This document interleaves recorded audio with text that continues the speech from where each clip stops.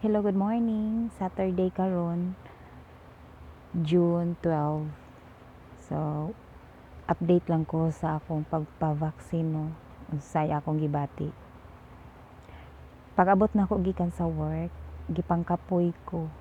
Kapoy akong lawas, numb ako ang diri sa akong bukton. Unya, natulog ko og sayo. Kumandahin ko nakatug, na feel na ko murag sakit-sakit jud ang akong bukton. Nya. Guys, wala ko gihilanat. Kapoy lang akong paminaw, akong luta-lutahan, kapoy, labad akong ulo. Nilabad diri akong ulo.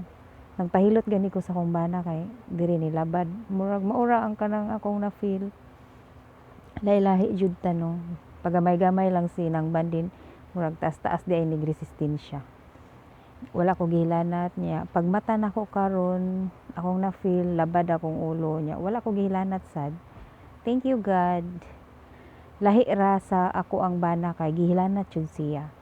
One day siya gihilanat unya. Pag second day niya labad na lang iyang ulo. Nya ang iyahang lawas dili init, iyahang temperature dili init, pero ang sud sa iyahang lawas mura daw og init. Nya sako naman mama kuan lahi-lahi mi sa kong mama kay wala siya gi labad og ulo, wala ni labad iyang ulo, kapoy ra iyang paminaw nga murag gipamunalan daw siya. Nya ako alahi sad, so lahi-lahi mi og side effect. So mao na mga kabandin, pag vaccine na mo kay ang uban man gud mahadlok kay nakadungog sa mga fake news. Na magoy fake news nga gibutang nabasahan ang akong kauban sa Facebook nga 2 years ra daw kuno ang lifespan sa tao kung magpa-vaccine. Mao na iyang nabasahan, mao na hadlok siya dili siya magpa-vaccine. Di ba? Para nako mas maayo magpa-vaccine kaysa taptan tag kanang virus, masubra pa hinuon ang imuhang mabati ana nga kasakit kay di baya lalim. Bisag ako wala ko ka-experience ana pero dili lalim kay nga akong bana nakasuway man siya na dili sayon mo kanang mo tan-aw sa pasyente nga ingana. Nya hinuon sad ako bisan nagatiman ko ato sa akong bana no nga hinuon sa iyahang pag-swab negative siya pero ang iyahang na feel mura jud tinuod, murag mao na jud to ba.